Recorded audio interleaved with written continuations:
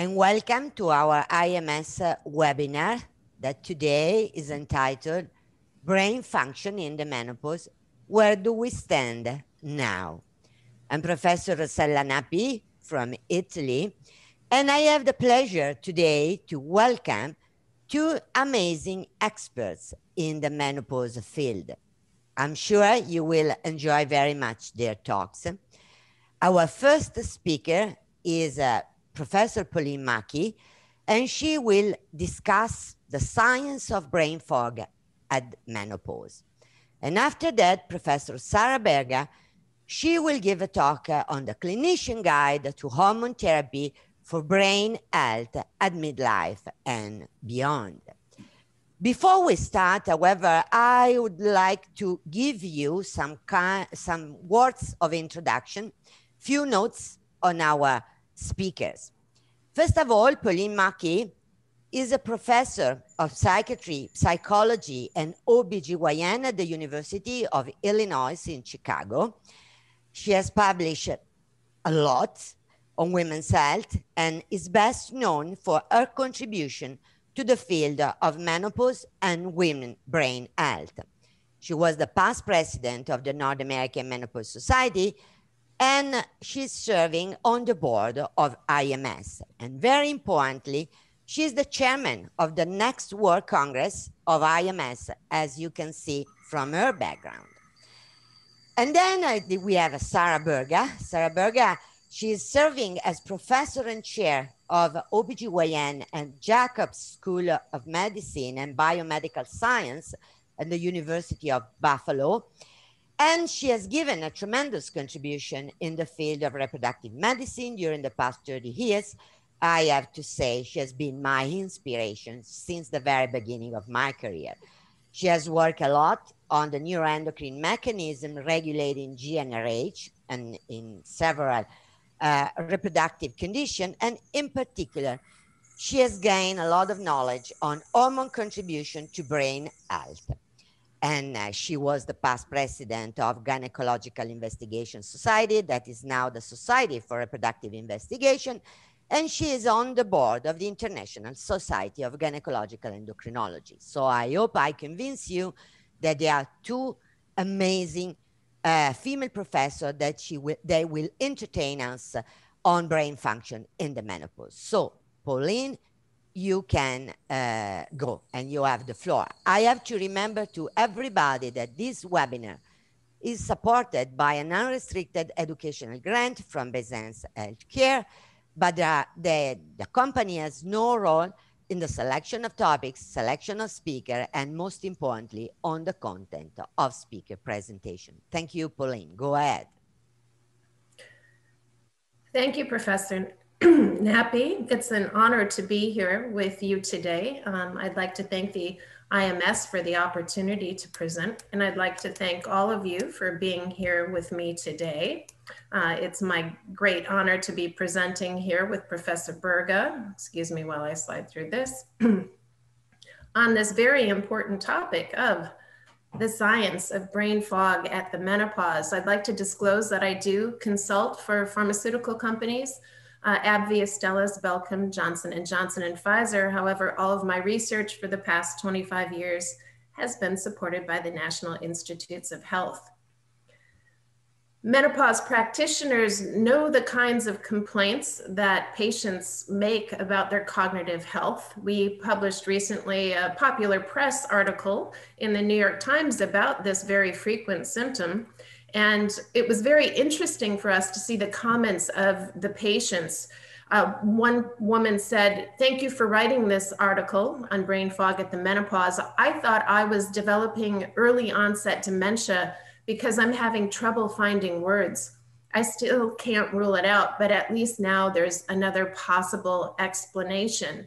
A lawyer describes how these cognitive symptoms are making her work very difficult. And Iris here describes how these cognitive problems are leading to mood problems in the menopause. So today what we're going to do is explore this common complaint in 3 different areas. First, we're going to describe the epidemiological studies showing that memory problems are common in the menopause. I'm going to go through some work describing the biological factors and the menopause symptoms that seem to influence memory at midlife. And then I'm going to discuss very briefly approaches for improving menopause-related cognitive issues at midlife. Okay, so let's start with the epidemiological evidence. And let's start with survey data. So these are subjective complaints.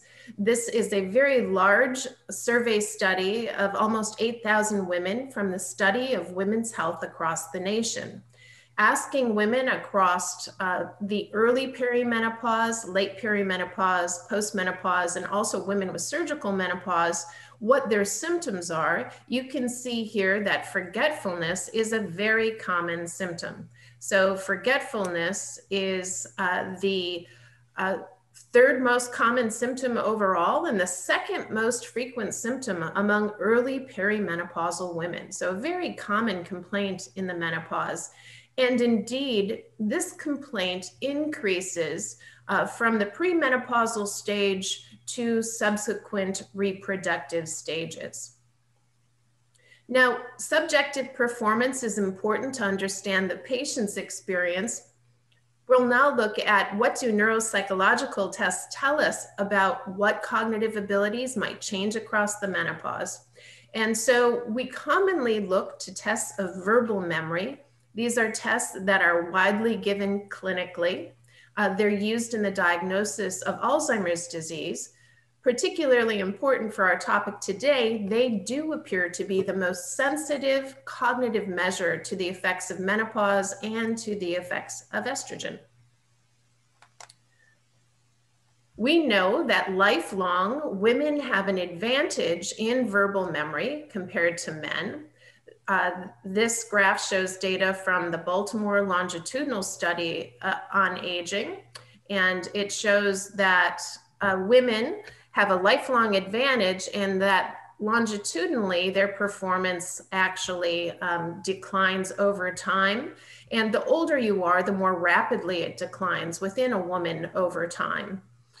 Here we ask the question, what does removal of the ovaries do to this particular cognitive ability? And we can see in this randomized early proof of concept study by Barbara Sherwin that verbal memory performance declines following removal of the ovaries, a primary source of estrogen, and that women who are randomized to receive hormone therapy, in this case estrogen alone, maintain their verbal memory, whereas those who are randomized to placebo show a decrease in their memory. So women have a lifelong advantage in verbal memory. The study on the right suggests that this is due in part to endogenous levels of estrogen.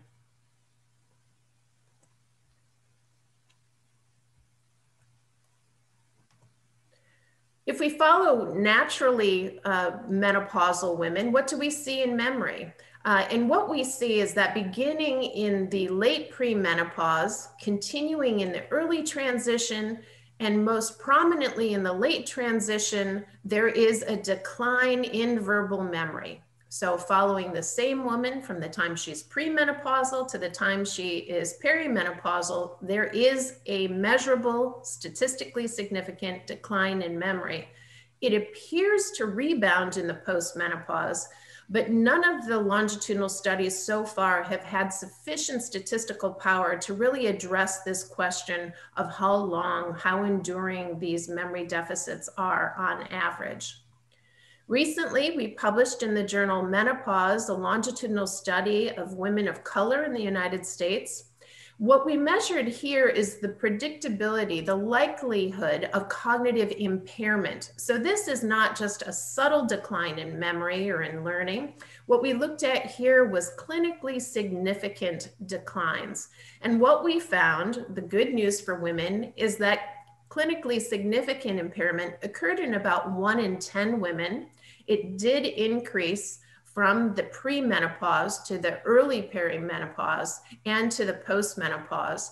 In addition, we found subtle effects on attention and working memory, in addition to our standard memory tests.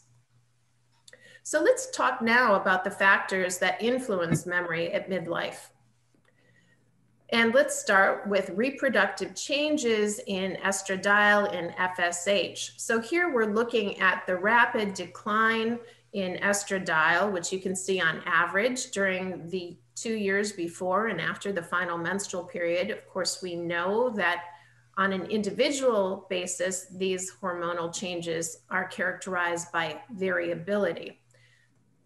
So we have estrogen receptors throughout the cortex. We're going to be talking today about two regions of the brain, the hippocampus and the prefrontal cortex, in relation to memory. So if you are encoding, if you are learning what I'm saying right now, your hippocampus is centrally active, and your prefrontal cortex, the area here, is trying to relate the information that I'm telling you to information you already know. So we're very interested in what is the effect of estrogen and menopause on the functioning of these two brain regions. Some early work with Lorraine Dennerstein showed that women who initiated hormone therapy, if they were tested later in life, they showed better functioning of this memory region of the brain, the hippocampus, as measured by blood flow. And we can see too that they also perform better on verbal memory tests. Work by Emily Jacobs here in the United States showed a very interesting plasticity in the hippocampus when women age reproductively.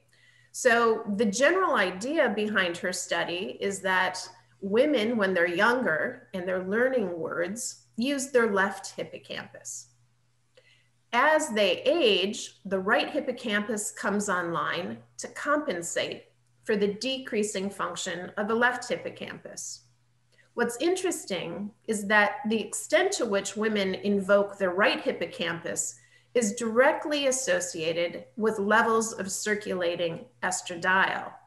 The lower the level of estradiol, the more the woman needs to use her right hippocampus to perform the task well. So this suggests that changes in estradiol lead to changes in the functional compensation of memory areas in the brain. It's true too for the prefrontal cortex. Areas of the prefrontal cortex change in their function as women transition through the menopause. And again, this is seen during tests of verbal memory. In very early work, in the Baltimore longitudinal study of aging, we showed that the function of the hippocampus and prefrontal cortex in women is improved as they age if they're on hormone therapy. So this study was done as women were performing memory tasks. What's very interesting now is to interpret these older findings in light of Jacobs' findings. So we found that in particular, hormone therapy led to improved function of the left hippocampus. So in light of Emily Jacobs' work, this suggests that hormone therapy might be keeping the left hippocampus younger. It doesn't need to rely so much on the right hippocampus. So what about menopausal symptoms? We'll talk about the relationship between hot flashes in memory, sleep in memory, and depression in memory. We measure hot flashes objectively with ambulatory skin conductance monitors. You can see here that these monitors measure sweating on the surface of the skin, which is shown in these skin conductance readouts as a rapid increase in skin conductance followed by a swishy tail. So what do we see when we look at these measures? Well, we find a simple correlation between the number of hot flashes detected by these monitors and worsening memory. So more hot flashes, worse memory. We found too that if you treat hot flushes, in this case in a randomized trial of stellate ganglion blockade, which is a non-hormonal intervention for menopausal symptoms, what we found is that the extent to which that treatment decreased objective hot flashes, we saw a bounce back in memory. So improved hot flashes, improved memory in that randomized trial. We also found that the more objective hot flashes a woman had, the more small ischemic lesions we saw on her brain. So more white matter hyperintensities. And then finally, we found a relationship between these objectively measured hot flashes in brain function. In particular, what we found is that the more hot flashes a woman had, the more the hyperconnected her hippocampus was to other areas of the brain. So again, this idea that this memory center of the brain is looking for a way to compensate. What's very interesting is all of these findings were seen when we measured hot flashes objectively. None of these findings were seen when we measured hot flashes by self-report. So to detect a relationship between hot flashes and these cognitive and brain endpoints, it's really important to measure hot flashes objectively.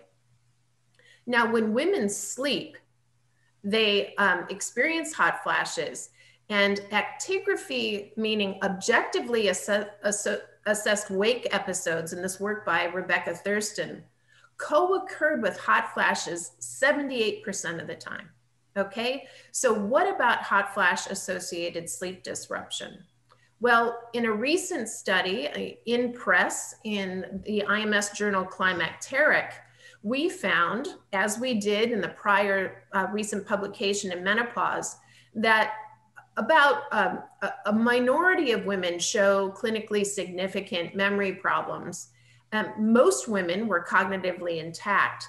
Of those women who had decreases in memory performance, and that's the second group here, if we look to see what predicts who will be in that group, what we found is that those women with more sleep disturbance fell in that group. In addition, women with lower, interestingly, hormonal variability were also in that group.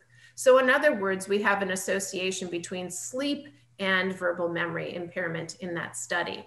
Now, what about depression? None of our cognitive functions function as well when we're depressed. There is an increase in clinical depression during the menopausal transition. This is work by Joyce Bromberger comparing the snapshot, if you will, of the numbers of women, how many women out of 100 will be depressed. So it's about 10% in the perimenopause and postmenopause. In work with Mia Weber, we found that even mild symptoms of depression are linked to memory problems at midlife, even mild symptoms. So we have the hot flashes, the sleep, and depression all contributing to these memory problems, in addition to the direct effects of estrogen described earlier. So putting this all together, our theoretical model for menopause-related changes in verbal memory are that changes in estradiol during the menopausal transition have direct effects on verbal memory by influencing the function of the hippocampus and the prefrontal cortex, as well as neurotransmitters. Low estradiol also sets the stage for vasomotor symptoms, which can contribute to deficits in verbal memory by altering the brain, by leading to ischemic damages, by increasing cortisol, by having mood and anxiety symptoms, and also by disrupted sleep. Of course, there's also direct arrows, if you will, from disrupted sleep and mood to verbal memory. They can affect memory directly without working through vasomotor symptoms. Okay, and then finally, what we want to do is briefly examine approaches for improving menopause-related issues at midlife. So what I'm going to take you through now are 4 slides, each of them summarizing the effects of hormone therapy on cognition in randomized placebo-controlled trials.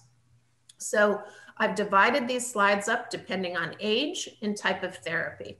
So first, we're going to look at estrogen alone therapy in younger women. Here, the data suggest beneficial effects for estrogen in helping to maintain memory and working memory.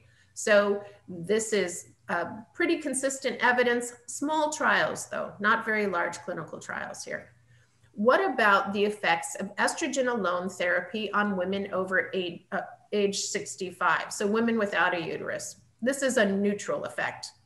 No benefit, no risk. A similar effect is found when we look at 4 very high quality trials of hormone therapy in younger postmenopausal women. So this is estrogen plus progesterone, neutral effects in younger postmenopausal women. And what about hormone therapy, combined hormone therapy in older women with a uterus? It depends.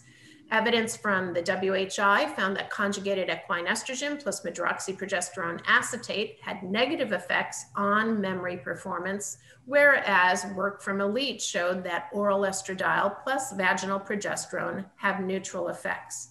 So here, the regimen mattered. The IMS position statement says that menopausal hormone therapy should not be used to enhance cognitive function, that healthy women considering menopausal hormone therapy for approved indications need not be overly concerned that MHT will adversely affect cognitive function.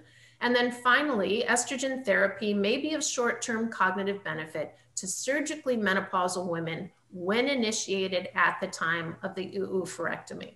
So what we don't know, equally importantly, is does hormone therapy affect cognition in symptomatic women? We don't know that. We don't know if it affects cognition in the perimenopause when these memory changes start. And we don't know if it affects Alzheimer's risk if started early. So what should you recommend to your patients to maintain their brain function? Well, there's very good randomized trial data showing that exercise improves cognitive function. There's good evidence that cognitively stimulating activities benefit the brain. There's good evidence that social engagement benefits the brain.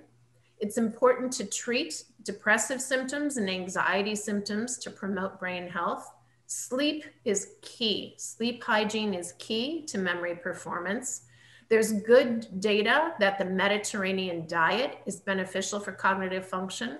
We want to avoid activities that involve potential head injury.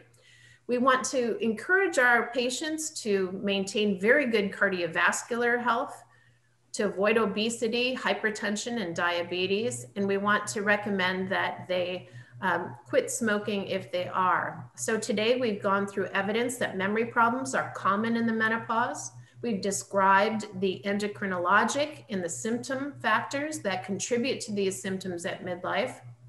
And we've described some approaches for improving menopause-related cognitive activities or cognitive issues at midlife. And I'd like you all to mark your calendar for the IMS Congress in Lisbon, Portugal, October 26th to the 29th. And I thank you for your attention. Thank you, Pauline, for the very informative presentation. I invite all the attendees to keep the question for the end of our discussion. And so it's my pleasure to introduce Professor Sarah Berga. Please, Sarah, the floor is yours.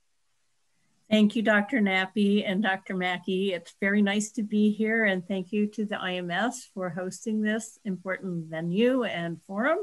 Look forward to the comments I see rolling in, but first a few slides just to sort of present another point of view similar that I think it would be good to share today. So I'm actually a physician who is a prescriber. I think I'm going to talk a little bit as my role today as seeing patients in the office who basically are not part of a clinical trial and have lots of questions.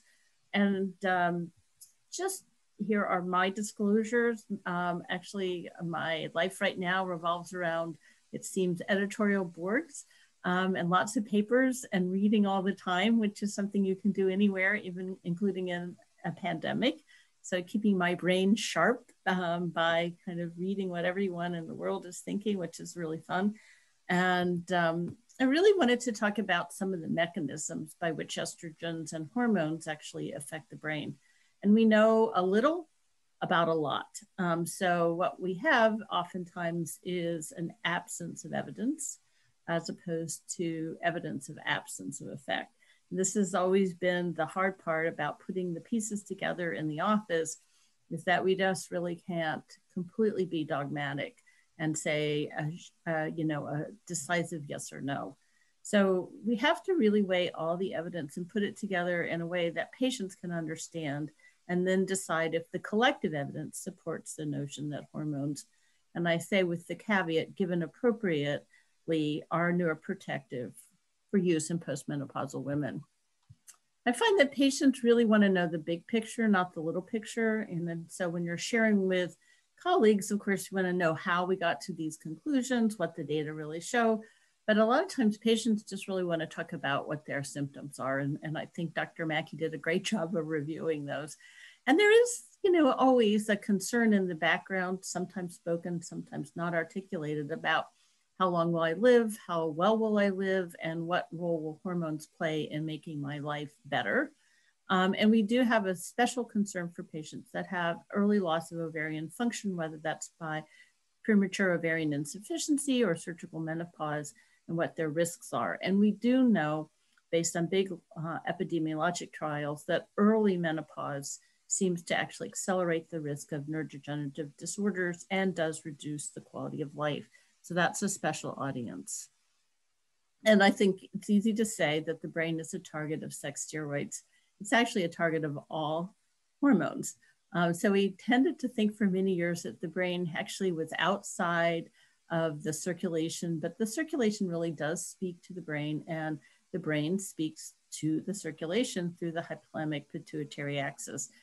And we do know that that changes with time, that aging actually changes how our brain processes information. And Dr. Maki was able to show us some of the mechanisms by which that happens. And we do know that at the time of menopause, as she alluded to before, that the SWAN has shown that there is an increase in major depressive episodes.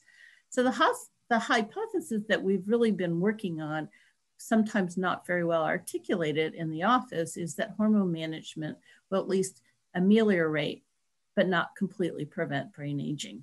And what are the mechanisms that might underlie this? And we tend to think of estrogen as promoting brain health and progestins as potentially being less helpful. So when women are in the office, they're coming in for various and sundry reasons. And sometimes it's symptom relief, and the symptom might not always be CNS related. Sometimes it is disease prevention or disease treatment. And then there's a whole field of anti-aging and health promotion really that has legs, but not necessarily is easy to address. And so the perceived risk-benefit ratio, I think from a patient point of view, might differ from what the provider thinks the risk-benefit ratio is. And also, I think from what other physicians and providers tell the patient or think themselves. So the field remains actually a very difficult one to counsel patients about, because the guidance varies widely from professional organizations, and different kinds of physicians interpret the information differently. So I think when you're an OBGYN, you're dealing with a composite of symptoms that patients present to the office with, and then you're trying to address those. There was a huge amount of, I would say, apprehension after the Women's Health Initiative was sort of rolled out in the early 2000s. I happened to be at that meeting, and I happen to remember very starkly the mood in the audience at the time. And it was really quite dramatic the next 5 to 10 years. But since that time, a whole new cadre of women have gone through menopause, and they don't really have the same remembrance of this study. And I thought it was wonderful when this review came out in the New England Journal of Medicine, because we could kind of reintroduce and update our audience to really what was found. And so I know the current generation of physicians are now learning this information, but in a slightly different way, because we actually have better answers than we had before.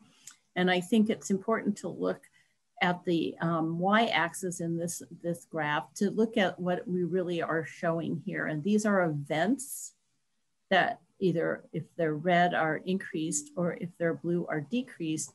And this is in a cohort if 1,000 women used a hormone for 5 years.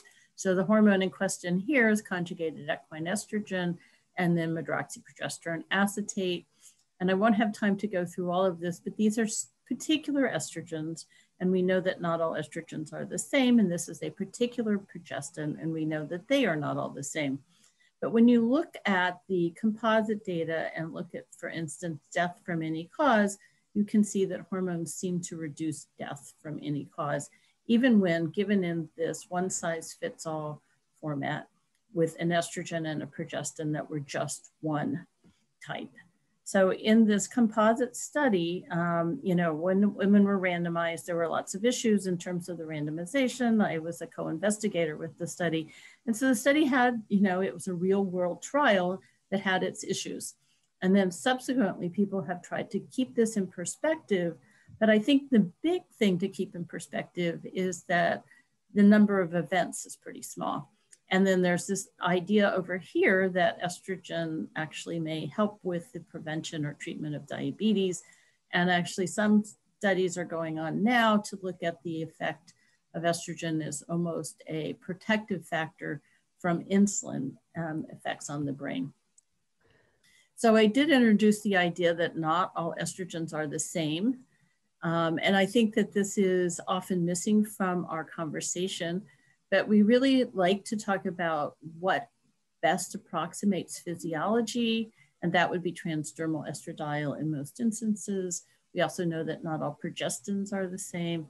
And I never have anyone argue with me when I say that not all women are the same. So we don't arrive to the midlife in the same state. We're not genetically all identical, and we're learning a lot about our differences as well as our similarities. The other main point I like to always make is that hormones are potent. So when you think about hormones such as insulin, you can easily know that if you give a little too much or a little too little, you do not get the effect that you want. And the same is true for cortisol, thyroxine. I mean, if you talk about thyroid replacement with people, you can really get an audience riled up. Who are thyroidologists, because they don't all think about it in the same way. And there's lots of nuances to ways in which thyroxine is given if you're in the field. So a little attention has been paid actually in our field to individualizing hormone replacement. And I think that that has been part of what has been missing for me as a practitioner is I know that hormones actually are a U-shaped curve, that too much is bad, that too little is bad. And where is the middle in hormone replacement therapy? So I think we are ultimately going to have to get to the point of specifying what we think is enough estradiol in the same way that we have learned to specify what is enough thyroxine, even if we don't all agree, and what is enough insulin, even though we're still working on exactly the mechanisms by which we should give insulin to get the best outcomes for our diabetics. So I think we really need to kind of tiptoe into this area of individualizing hormone replacement therapy, and that actually kind of is hard to do if you're doing a large clinical trial. So back to a few physiologic benchmarks that I find comforting. So we know that ovaries secrete 17-beta estradiol, and it's metabolized primarily to estrone. And that when the ovaries are doing this, there is a ratio in the circulation of estradiol to estrone of 1:1, and that the circulating estradiol across a fully ovulatory menstrual cycle is roughly 100 picogram per ml. So I always ask people to remember this as their physiologic benchmark. And that ratio, if you give estradiol orally, is going to be estradiol to estrone 1:3 or 1:4, and not exactly physiologic. And then we can, and we don't have time today, talk about what other estrogens look like in this context. So what matters? Host status, estrogen type, route of administration, timing of initiation, and duration of exposure. And all these things come into the conversation when you're talking to a patient. So we have age as a critical variable. We have that little blue allotment of factors right here that are very personal. And then this is the part that we don't really know about ourselves very much of the time, which is our molecular genotype, our epigenetic status. Really, if we're a slow metabolizer or rapid metabolizer, some people are really sensitive to anything and everything and have altered pharmacodynamics. And so this whole field of pharmacogenomics is just getting going as well. So there's a lot we don't know that might, if we knew it, inform our individualization of hormone replacement therapy. And there's really very little guidance. So our hypothesis, as we have been kind of doing this from a clinical point of view, is that ongoing hormonal exposure, when given appropriately, may cumulatively retard aging in some tissues and thereby prolong hormone responsiveness. So what do I mean by this? So a brain that has seen estradiol for 15 years after menopause may not be the same as a brain that hasn't seen estradiol. And so those kinds of factors are difficult to study. And what we're really talking about is moderating or balancing what is growth, mitosis, cellular repair, and oncogenesis if carried too far with cellular senescence, apoptosis, and aging phenotypes. And how can we balance this with insulin and estrogens? Because what we would like to have is an absence of immune senescence. We don't really want to have profound gene silencing. And we know from lots of studies now that we don't want to have our telomeres get too short. So what are telomeres? So telomeres are the ends of chromosomes. And this is a beautiful study by one of the winners of the Nobel Prize, Elizabeth Blackburn. And they got the Nobel Prize for defining and understanding the regulation of telomeres. So the enzyme that regulates these caps on the ends of chromosomes is called telomerase. And when when the telomeres are long and the telomerase is active, the cells divide more appropriately and more accurately. And when the telomeres, the ends get short, they actually either stop dividing, which leads to a senescence syndrome, or they make mistakes, which can lead to oncogenesis. And Elizabeth Blackburn and her colleagues actually did this really neat study, I think, looking in a population of women who were at risk for cognitive decline and looking at telomere length and years of estrogen exposure and showing that there was a relationship. And so therefore introducing yet another mechanism by which estrogens may protect the brain. So I made this short list of the potential mechanisms. I'm not going to read through it now, but it's long. To say these are possible mechanisms by which sex steroids impact the brain. And we haven't really studied all of them. And here are possible functional factors that may be moderated also by estrogens and other hormones, not just estrogen. So I want to go back to this thyroid analogy for just a second. People who have thyroid cancer are periodically asked to go off their thyroxine replacement so that they can be scanned for metastases. And that provides us a ready sample to study when they're on and off thyroxine replacement. So these little brain bits that are shown up here are actively switched off when the patient is not taking their thyroxine, and they look like little areas, and you would think, oh, how could this really matter? But this is brain glucose metabolism in key brain areas, but oh, they're so little, why would it matter? And we also looked at regional cerebral blood flow in this study. And what they found really basically is the brain is just a little less active off thyroxine and in key areas. You would think it wouldn't matter so much. It's only a 23% decrease in regional cerebral blood flow, only a 12% decrease in brain metabolism. What could be the problem? But the patients can tell you the problem. They were depressed, they were anxious, they felt slow, they couldn't function. And so even though these brain areas don't look like they're profoundly going to affect function, they do. And this is our, cousin hormone, thyroxine, which we still always struggle to give to women just right. And when they don't get it just right, they also report brain fog. So using that as kind of an analogy, I like this study. I think it's pretty interesting. I like it for a couple different reasons. One, it was done around the time of the WHI rollout. And instead of asking women to take hormones, actually women taking hormones were asked to stop hormones, but only half. So it's kind of a reverse design, if you will. And there are a lot of different endpoints that were studied, and I only can talk about a few of them here. But one of the ones is that there is an increase in regional cerebral blood flow and metabolism as determined by 2-fluorodeoxyglucose PET scanning. So looking at the brain's metabolic activity. And the other thing that I think is really interesting in this study, and again, this is a observational trial, if you will, in the sense that women were asked to stop whatever they were on.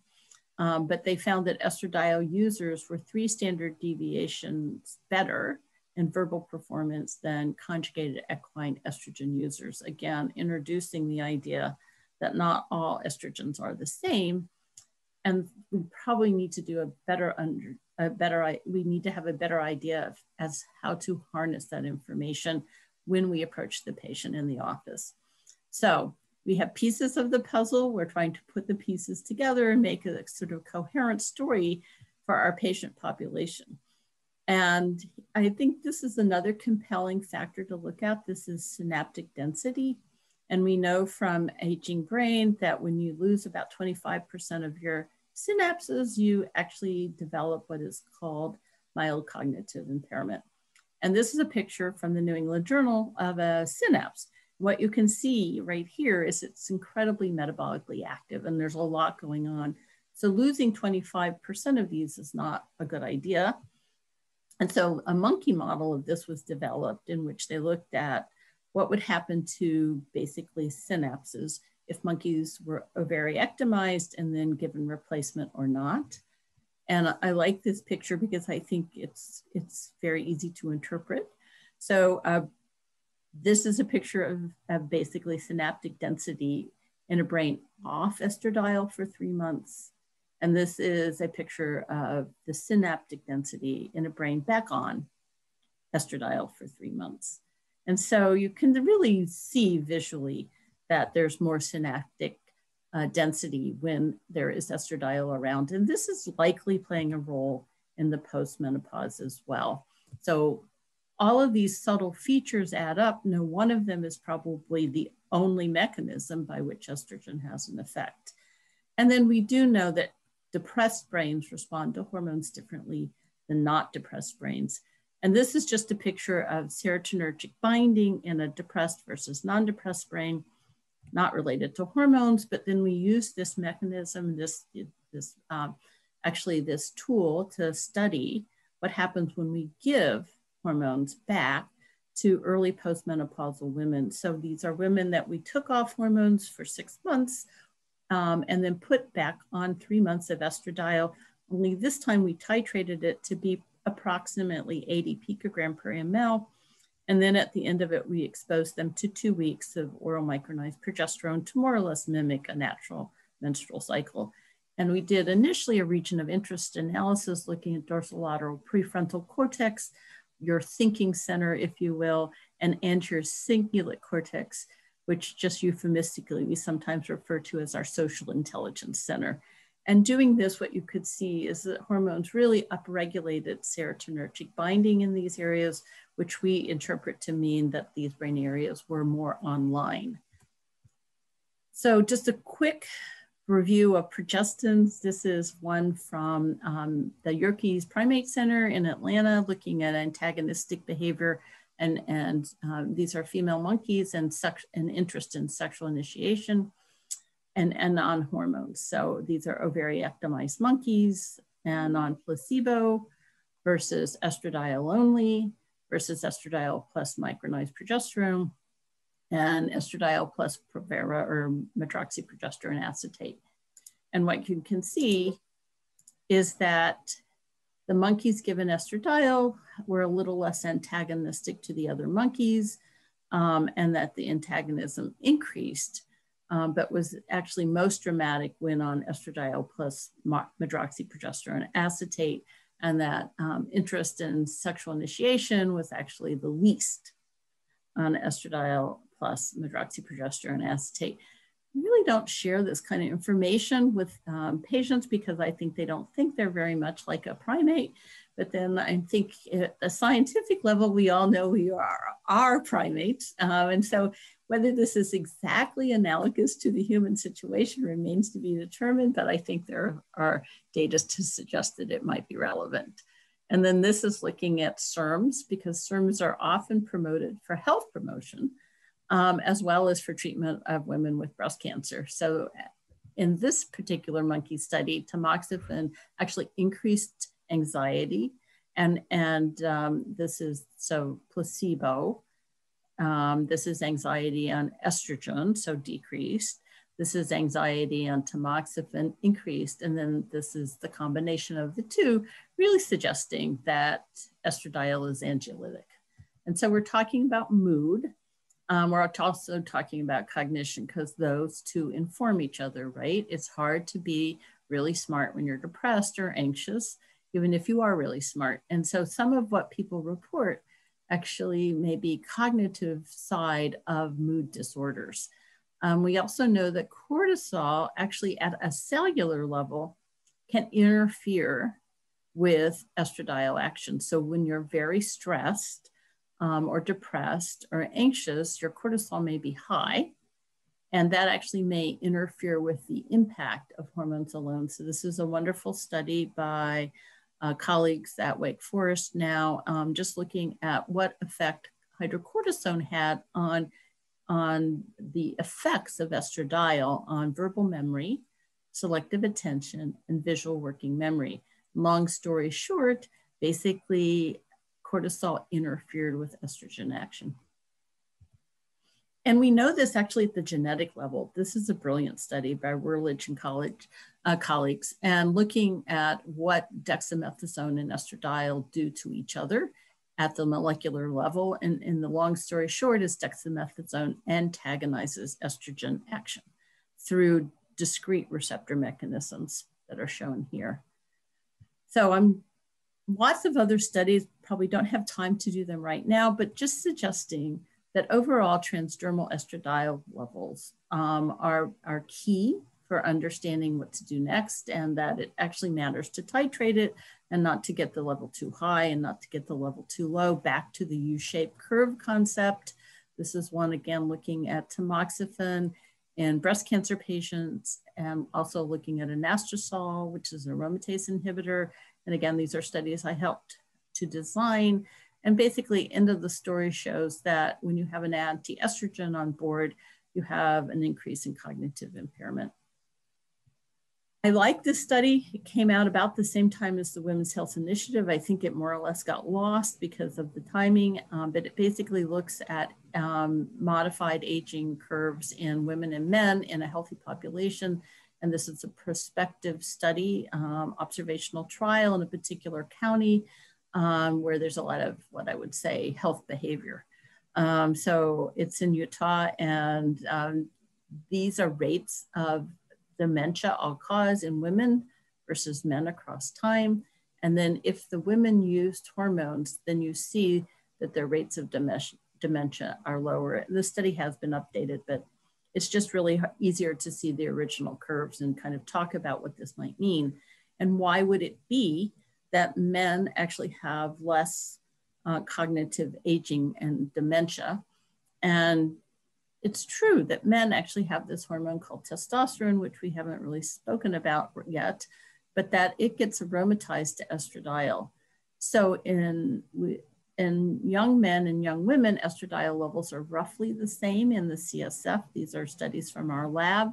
And of course, women and men differ in terms of the CSF circulating levels of testosterone.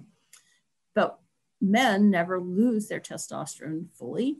And so they're always going to have estradiol levels around. And so the question is really, is that the buffer for aging in men? Here's another study that's actually, people always ask, well, how long should I use this? And when is it too late? And this is actually a Finnish study suggesting perhaps that it might not really just be through the mechanisms that we've explained right now, but also through vascular mechanisms. And this is really basically showing a risk reduction in terms of Alzheimer's disease, regardless of age of initiation. And this is before 60 versus over 60. This is the Olmsted County studies showing that women who do have an early oophorectomy prophylactically, and this is what we used to do, but no longer really necessarily recommend, but that women who were coming in for hysterectomies for other causes would have an oophorectomy. And the women who had that actually had an increased hazard ratio for death, depression, Parkinson's, and dementia. So I think when you put all the little pieces together, they really speak to the idea that hormones may be neuroprotective and estradiol in particular. But then we really need to get specific about the dose. And that's really where we fall short right now. We don't know how to titrate estradiol to be the right level for the postmenopausal woman. And so we have reasons to think that the dose matters, and it does for almost every hormone. And so really what we need to understand, I think at this point, is how to do a better job. And so we need head-to-head comparisons of different kinds of estrogenic substances. And I really believe they needed a therapeutic range to be defined to do this well. So when I'm in the office, first thing I do is I select an estrogen, and I give it estrogen alone for a couple of weeks at least, and sometimes longer, to make sure that I know that I've got the right level for this woman. And I do measure circulating estradiol levels. I have a little idea about what should happen, and I'm trying to get in the sub-physiologic range, but I want to get above 40 picogram per ml. I'm not always just using symptoms. I know that progestins are depressogenic, so in those who have actually underlying brain vulnerabilities related to mood, I have to be extremely careful. And I try to talk to women about the different kinds of progestins. And one of the progestins that we often discuss is a Mirena or other progestin IUD as a way to decrease the amount of progestin that the brain is seeing. And then androgens is a topic for another day, way outside the scope of today, but it's often one that patients really want to know about. So I just, short tour of my world in the office, start an estrogen, talk about progestins if the woman has a uterus, and then when you think you've got that part put together, talk about all the other hormones that might be relevant. So thank you for your attention. I appreciate the opportunity. Thank you, Sarah. Wonderful lecture, and I have to say that we have so many attendees, and everybody's sending questions. So meaning that the topic we selected together and the way you offer all the information, it's very stimulating. And so I think we can devote the next 15 minutes, I believe we have, to the question we received. And let me see, because some of these questions can go together. And so I believe we can start with Professor Maki, and we have a lot of greetings and compliments, but also some very good points. First of all, a colleague from UK asked, giving HRT, does this maintain the brain in menopausal women to a certain level of function, in your opinion?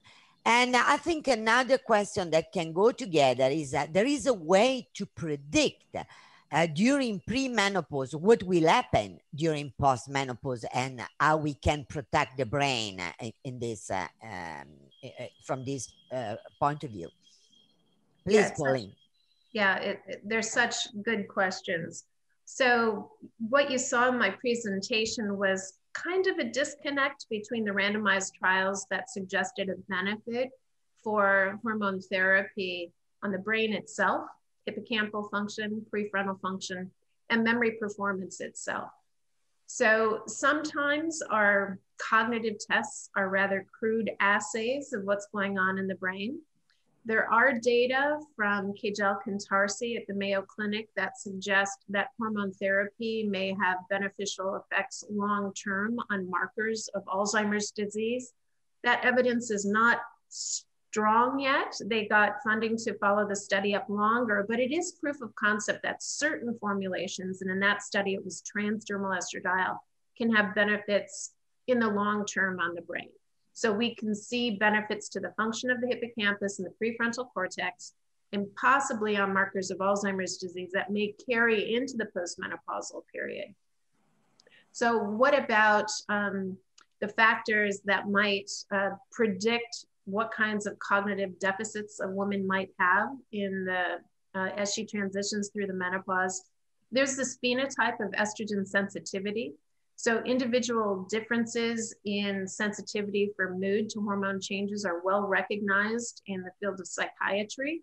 What's interesting is this construct really hasn't been taken over to the cognitive side of things, but the same brain circuits that regulate our mood regulate our cognitive performance. So women who are sensitive to changes in estradiol with respect to their mood are likely to be a group that might be vulnerable to the cognitive changes of the menopause as well. We do know that women with trauma histories experience a worsening of a variety of symptoms during the menopausal transition. We also know that women with low education show cognitive vulnerabilities in the face of any particular assault on their cognition. So those may be groups of women who might be particularly sensitive. Our work suggests that women who get hot flashes early may very well be the group of women that we would want to treat. And isn't it striking that we have no randomized trials, none, on hormone therapy and cognition in symptomatic women? So this is an important and unanswered question, but theoretically, based on what Dr. Berga showed you and what I showed you, it makes a lot of sense that especially symptomatic women, those with mood problems, might have an issue as well.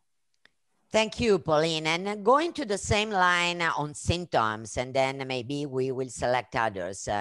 We can answer to Dr. Errol on the association. Do you have some data on the association between memory and active sexual life? And the second point is, given the evidence that sleep disturbances and cognitive function, they go hand in hand, do you believe that anytime we find a problem, we should check for the other, or is not necessary in your opinion? Yeah, so the first question. We have examined the correlation between sexual issues as a predictor of cognitive problems at the menopause, and we don't find an association. But that doesn't address the issue of the quality of one's sex life. And we do know that social bonding and mood influence our cognition. So in theory, that could be, very beneficial for the brain. Anything that binds us to other people and improves our mood is good for the brain. So no randomized trials there, though. The second question has to do with sleep. And yes, I think it's very important to, following up on what Dr. Berga says, to consider personalization here. If you have a woman with sleep disturbance and a woman with vasomotor symptoms, data suggests that the two co-occur and that treating sleep-related hot flashes may very well improve cognition. Again, we have no data with hormone therapy. We do for our stellate ganglion blockade trial, though. So proof of concept of a direct relationship between treating hot flashes and memory improving is found in that trial, proof of concept. We're doing a larger trial now. So yes, I think it's really important to measure both symptoms and to treat to those symptoms. Sleep hygiene can be a beneficial approach for treating sleep symptoms. There's very good cognitive behavior. And the idea is that you have to get these out of the bedroom because they're very bad for sleep quality. So those might be some tips. Great. So let's move to Sarah. I have plenty of questions for you, Sarah. I select some. So first of all, Dr. Berga, do you know whether the brain is able to form local estrogen to prevent a decrease in cognitive function in postmenopausal women? And I believe on the same line, do you believe that epigenetic change are important at early menopause or are important as well in late postmenopause? Yeah, I mean, so basically trying in those slides to hint at the fact that not everyone's brain is in the same shape. It's not just menopause, right? You arrive to menopause, things have happened to you. There are lovely studies in twins showing that their epigenetics change with time. They start similar, but they don't even stay similar. So even though they start with exactly the same genes, the genes are regulated now in a different way by virtue of what has happened to them in their lives. And so some of those are social events, some of those are infectious events. But the end of the day, 50 years down the road, our brains have been subjected to all sorts of good and bad, and we're not all the same. So now we're just asking a question: is estradiol responsible for everything about brain health at midlife and beyond? And we know that couldn't possibly be true, right? It's too simple of a question. So that's why I like to put it back into the context of, say, insulin or thyroxine. So we actually have guidance for thyroxine about what the levels should be, and experts will debate whether you titrate according to thyroxine levels or TSH levels or both, or whether you give a little T3 or not. But at the end of the day, we're not massively confused about how to titrate thyroxine. And we know from giving thyroxine that if we give too little, we don't get what we want for brain health even. And if we give too much, we can really make people, really edgy. I mean, you can see the effects of hyperthyroidism quite dramatically. So hormones play a role in lots of different brain symptoms. And then the same for insulin. So insulin, if you give it incorrectly in the wrong dose, can cause a lot of havoc. And we know that it can actually make you comatose. So, I mean, your brain actually is dependent on glucose, and we have ideas about what the glucose could be. And there may be debates about how tightly we need to regulate glucose levels in diabetics. But at the end of the day, we don't really debate the big picture. We don't think there's one size insulin that fits all. There isn't one dose of thyroxine that fits all. But we've actually kind of approached hormone replacement therapy as if we can give fixed combinations of the same hormones to all and expect the same result. And that's just hard for clinicians to put into context because we don't do that in any other domain. So I think for us, a challenge to the field is we need to decide what we think is the best hormone to give, just like we have decided what are the best approaches to thyroxine or other thyroid replacements. We've decided what we think are the best insulins. Now we need to decide what really we want to achieve in terms of circulating hormone levels. And it is true that the brain can make a little estradiol from androgens. It's true. That never really probably goes away, and not everyone has the same aromatase capabilities. But at the end of the day, I don't think you can expect your local aromatase in the brain to make up for ovarian loss of estradiol. So the question is, should we try to replicate physiology in the same way that we do with insulin and thyroxine? And if we do that, what would be the effects? And again, I think we have to plan for the fact that not everyone is got the same brain. So it might not actually have the same impact if you're depressed, right? And it might be helpful, but it might not be as helpful. And it's true that if you start late, it might not be as helpful. So all those things don't necessarily invalidate the main story, which is estradiol might be helpful. And I think what people hear is the other side of it. It doesn't work perfectly. True, it doesn't. But what's the main picture? The main picture is it's likely to be beneficial. And then we just need to refine how we do that. And we can't give too much or too little because patients will still be either symptomatic in one direction or another, and they're not going to stay with you if that happens. Thank you, Sarah. And another little question on the same line. Peter asked, I use usually natural estradiol, and this can be good, as I've seen from your data, on cognitive function. So I rarely use oral estrogen, or I never recommended conjugated equine estrogen. And his question is, there is any specific indication for conjugated equine estrogen? This is rather provocative, but I think it's interesting. It's interesting.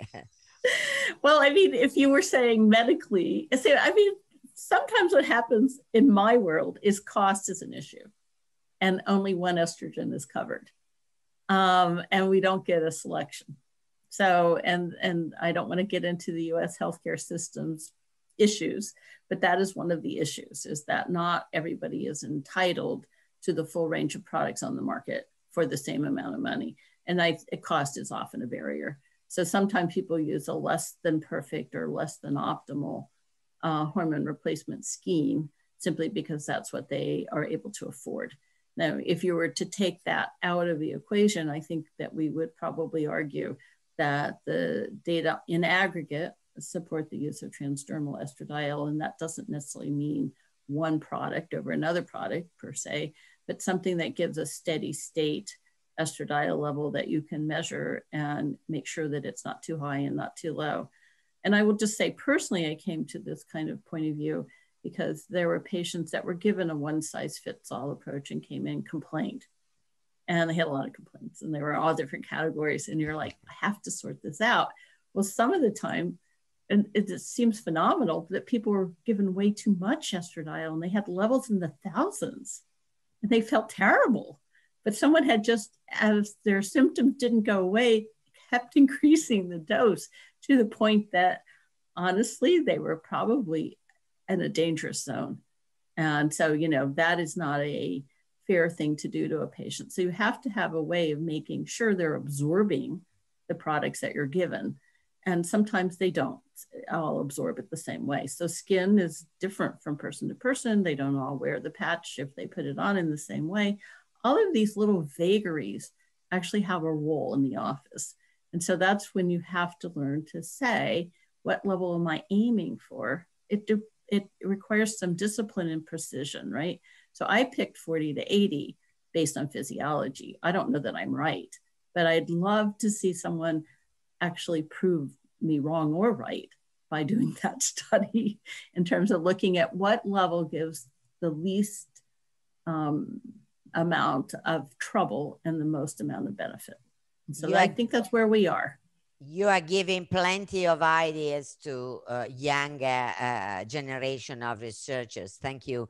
And I want to ask you both something very simple. Chris asked, do you think the decline in testosterone impacts brain function? Pauline, maybe from your physiopathological point of view, and then a comment from Sarah from a clinical standpoint. Yeah, in theory it should, right? The randomized trials of testosterone, however, do not show consistent benefits to cognition. There's a study by Sue Davis that suggested some benefits, but the conclusion of the IMS panel on androgens was that it was not to be used for cognitive performance. Do you have something to add, Sarah? Well, my favorite study is kind of a hard one to explain briefly, but basically it looks at androgens in women with PCOS in their CSF. And so actually their brains function differently. I don't know what would happen if you took the androgens away from the women with PCOS in terms of brain function. But I do think it's, you know, if you're asking if giving back androgens actually plays a role in the postmenopausal woman, that's kind of a little question. If you're asking if androgens play a role in sculpting the brain, the answer is an obvious yes, but that's a bigger question, and I don't think the one that you were asking. But again, it's the same problem. We give androgen in different ways and then expect it all to give us the same answer, and it's not really likely to be that everyone is needing. Like, we don't know if the people actually have low androgens when we give the androgens to them. So if someone already has normal androgens, giving androgens and expecting that to have the same impact as giving androgens to someone who's actually had a surgical oophorectomy might be very different. So I think we need to be more precise in the questions that we ask clinically. You know, instead of assuming all women are the same and kind of giving a one-size-fits-all approach to hormones, I think we have to assume they're not all the same. And then we need to refine the kind of question that we really want to ask. And that's what we did in the world of diabetes. It took us years to get where we are. So we have a lot of work to do. Thank you. There is another question, and this is for Pauline, and this is relevant, I believe, to the period we are living in. Do you have data about postmenopausal women and depression, especially related to this period of COVID pandemic? And do you think it is more important to ask about depression right now to women in the menopause? Thank you for the question. Yes, we do have very good data on mental health during this global pandemic. It is worsening. It is worsening across the board. So it's worsening for women and it's worsening for men. However, I will say that some of the data that we just showed at the NIH showed that particularly for midlife women and midlife career women, they have a differential burden during COVID due to this increased responsibilities at home and the like. So in our work, the stress was differentially borne by women compared to men. So I do think there is a burden of mental health here that's universal, but some of the changes in what's expected of women at home and in the workplace and juggling things has really affected them differentially. Very good data on that. There is an increase, as we know, in depression during the perimenopause. Treatment with estrogen has been shown to alleviate that. Claudia Suarez showed an 80% remission. There is no randomized trial that suggests the similar benefit in the post-menopause. Okay, so really good data in the perimenopause for estrogen boosting memory. Uniformly, multiple clinical trials showing no benefit in the post-menopause. So I think the treatment there for the post-menopausal woman would be something different. Cognitive behavioral therapy is evidence-based, probably better than an SSRI for a stressor that's environmental. So a lot of it's just changing the way we think about the world at this time. I really don't know how much time we have left, but we have still many questions. I just little question and short answer, okay? One is fabulous because it's provocative from our friend Ludwig Kiesel, Professor Kiesel. Since estrogen are so good, men should be treated by estrogen. Sarah, just one sentence. Dr. Kiesel, I showed you your estradiol levels are as high as mine. What more do you want? Exactly, exactly. And you then, can't have more than I have. But you have high levels of estradiol. It's that I think we forget that testosterone in the brain gets aromatized to estradiol. That's in the basis of the sex differences in brain architecture, is all from these exposures. And I think what is unique about menopause is you have such a dramatic decline in estradiol, and if you have a surgical oophorectomy, a dramatic decline in androgens. And so that is not the same event in men. And so I think we need to think about these things a little bit more. But I think we also need to introduce, and I just say this briefly, we're not going to have any answers, sex differences. Really, we need to go there. Thank you. And another little question. Do you think, Pauline, micronized progesterone that when we use vaginally can be less depressogenic, or even, Sarah, I mean, natural progesterone? It's such a good question. I do think, in theory, vaginal progesterone delivery should be better for cognition than an oral progesterone. Much of that is based on basic science work from Robbie Brinton, showing that progesterone antagonizes the effects of estrogen. So in theory, I do think that's a particularly good approach, especially for women who are very sensitive to the affective effects of progesterone. On the other hand, if sleep is a big problem for a woman and she takes her progesterone at night and it promotes a good night's sleep, then perhaps the benefit to sleep will overwhelm the negative effects of progesterone on estrogen actions in the brain. So again, this idea of tailoring the effects. Thank you. We are still 450 people here discussing the brain, so I'm very excited, I can tell you, this afternoon. And so there is another question by Patricia, and I think I can also answer this question, but I want to have your opinion. She said, you didn't mention nothing about Tibolone. Why? Because Tibolone is so good, and also for the sexual response. I think because you are both two US speaker, but maybe, and you don't have this wonderful drug, but you may have a comment on that, please. I don't know, Sarah, if you want to say something. Or, actually, I've been advocating for what I would call side-by-side comparisons, and I put in a, I really think we we would benefit from kind of using a neuroimaging approach and understanding how different hormones affect the brain. And that's why I showed that one study, which is just a little hint that you could tease out differences between hormones that way. There's another one by Janet Hall that I didn't have time to show, looking at the differences between hormones. But, you know, it's really hard to answer if you can't actually give the drug in a clinical population that you see to know really what the side effects are. So I wouldn't say that I know, and I don't, and it isn't available in the US, and it doesn't look like that's coming anytime soon to a movie theater near here. So I think we're just gonna have to rely on the, you know, I think we need not only more refined questions, we need actually to look at different products. You know, it's never too late to go back and use your favorite neuroimaging model to investigate a drug in some way to understand what it might be doing to the tissue of interest. In this case, the brain. Pauline, do you want to add something about this?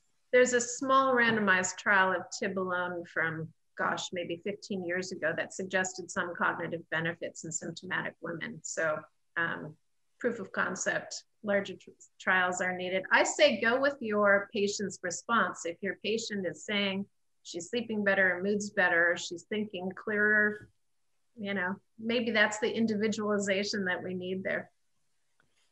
And I want to just say, you know, I think a lot of people respond to a lot of things. So like you don't necessarily have a way to know what's the perfect therapy for any patient. You're balancing risks. And if they have known medical conditions, you really have to pay attention to those. If they're really a well person, you probably have a wider range of products that you could explore, and patient preference. So we call it subject burden in studies, but we call it patient burden in the office. If you give something that's very complicated to a patient and they can't actually do it, the compliance is not going to be very high. And you're not going to be able to study what the impact is. So in a clinical trial, it's one thing. In the office, you really have to listen to what the patient's willing to put up with in terms of burden. And so sometimes progestin IUD is the easiest thing to do. Sometimes that's really frightening to people. So I think, you know, you really have to play to the person in front of you, their medical background and their medical conditions as well. Are all going to be informative. But I'd say the biggest problem I have is other doctors getting into the conversation, even though they're not in the room. And I can't actually talk to them in person. This is so frustrating sometimes, because you want to have a conversation, but you know that there are voices in the patient's head that are telling her something else. And so we have a lot of cacophony, you know, a lot of confusion. I agree, Sarah. This is a very good point. I don't know, guys. We can go on forever, but I think the time is over. The last comment from a colleague from Colombia, and they are doing a lot of very good menopause practice. He asked if you use your equipment for measuring hot flashes, do you believe this can be relevant to clinical practice to understand better what's going on to women? We can hope for the future to have this kind of instruments to monitor our patient, or is it just for research? It's an interesting question. I think in general, women report their hot flashes quite accurately. They're symptomatic or they're not symptomatic. Now, we do find in our studies that there are some women who say they're not having any hot flashes, and we see very regular hot flashes in these women. I think where they could come in handy, and this is just an idea, is for measuring the number of hot flashes women are having at night. So women sometimes wake up at night with these hot flashes, but our work suggests that these nighttime hot flashes are particularly toxic to the brain. Part of it has to do with the sleep disruption, part not. So it could be helpful in identifying a person in whom perhaps treating those hot flashes could confer particular benefit. That's just an idea. I don't see it beneficial during the daytime, but perhaps in identifying women who are experiencing a lot at night, that could be helpful. Thank you. Just the very last one to Sarah, because I think this is an interesting point as well in practice. The question is from Russia, I believe. And it's, do you believe that the best combination can be transdermal estradiol plus IUD, progestogen medicated IUD, in terms of giving the best to the mood of the patient and to the well-being of the brain? I mean, I actually think that's a very successful strategy. It does require an insertion. And in women who are remote from the time of last menses, this can be a little bit tricky. And personally in my office, I like to use ultrasound guidance when I'm doing something like that. And, you know, I also like to share that I think the IUD in that context, at least the ones that we know are in the market now, probably last longer than 5 years, because 5 years is for contraception. I think for, you know, this is a off-label use. So just let me say that rapidly.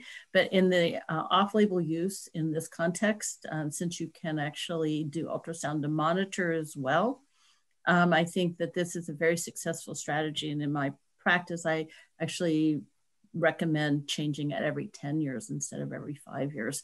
And then it really decreased subject burden.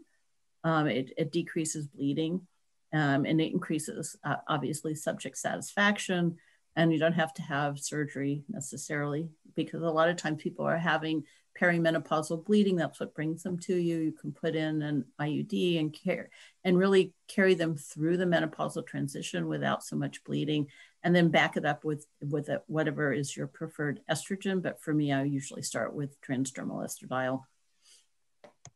Thank you, Sarah. I think now it's really the end. I have to tell you, you receive a lot of compliments. People, they were sorry they have to leave to go to their job and to work. Exactly. We have to go to work as well. And so I thank you both because it was great. And I learned a lot. My menopause brain learned a lot, both at the hippocampus and prefrontal cortex. I thank all the people that stay until the end. I thank IMS, of course, for giving us this opportunity, and even Bezans for their grant. Thank you very Rosella, much. thank you for your moderating. You did a great job. Thank you. Ciao. So ciao, my dear friend. Ciao to everybody. Keep safe. All right. Bye-bye. IMS in Lisbon. Okay. Yes. Sure. We hope to be there. Okay. Bye-bye.